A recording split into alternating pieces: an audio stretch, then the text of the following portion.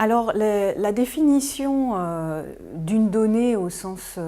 le plus simple et le plus strict n'est pas donnée directement par les textes juridiques et forcément en tant que juriste c'est la première question que je me pose.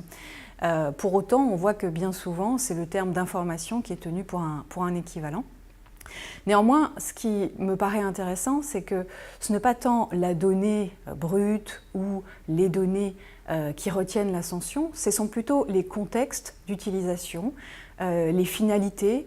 qui vont être poursuivies. Et c'est ce qui conduit finalement à ce que, si on s'intéresse par exemple aux risques chimiques, eh bien on rencontre la question des données plutôt en s'interrogeant sur la manière dont on va partager les données pour essayer d'avancer en matière de connaissances. Alors que si on s'intéresse à la protection de la vie privée, eh bien on va tomber assez rapidement sur le concept de données personnelles, avec cette idée d'information identifiante ou de possibilité de réidentifier une personne. On va pouvoir ensuite décliner cela en données de santé, données génétiques, sachant que selon le problème qu'on rencontre, eh bien, on va aborder la donnée de santé par exemple comme une forme de données personnelles,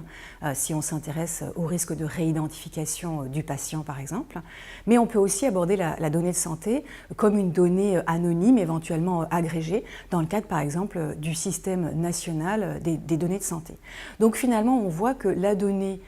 en tant qu'élément simple, ça peut recouvrir des choses extrêmement variées et que ce qui est intéressant d'un point de vue juridique et réglementaire, ce sont les utilisations qui peuvent en être faites, le contexte dans lequel elles peuvent être collectées, ce qui évidemment va aussi rebondir sur des problèmes de biais de collecte par exemple, le fait que les données ne soient collectées d'une manière qui évite qu'on doute de leur véracité, de manière à ce qu'elles permettent de remplir pleinement la fonction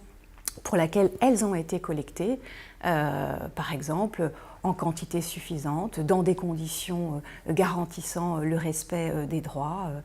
etc., etc.